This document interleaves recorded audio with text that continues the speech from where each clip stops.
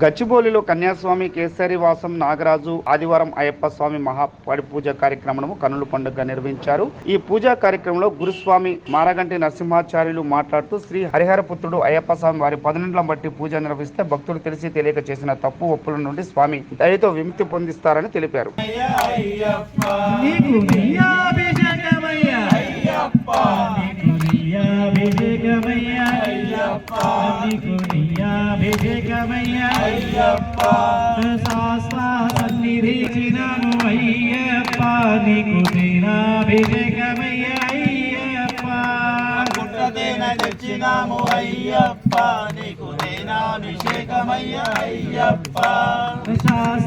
సన్నిధిలో అభిషేకం ధర్మశాస్త్ర సన్నిధిలో అభిషేకం శాస్త్ర సన్నిధిలో అభిషేకం ధర్మశాస్త్ర సన్నిధిలో అభిషేకం ధర్మశాస్త్ర రక్ష రక్ష మహాబాహో శాస్త్రే తుభ్యం నమో నమః భూతనాథ సదానంద సర్వభూత దయాపర రక్ష రక్ష మహాబాహో శాస్త్రే తుభ్యం నమో నమః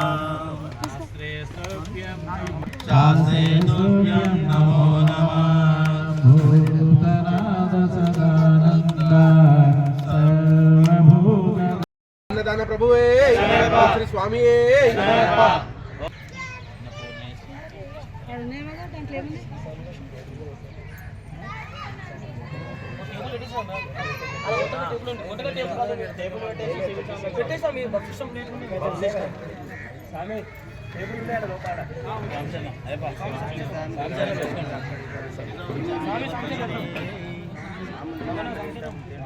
శ్రీ స్వామి శరణమయ్యప్ప. స్వామి, నా పేరు చారీ గురుస్వామి.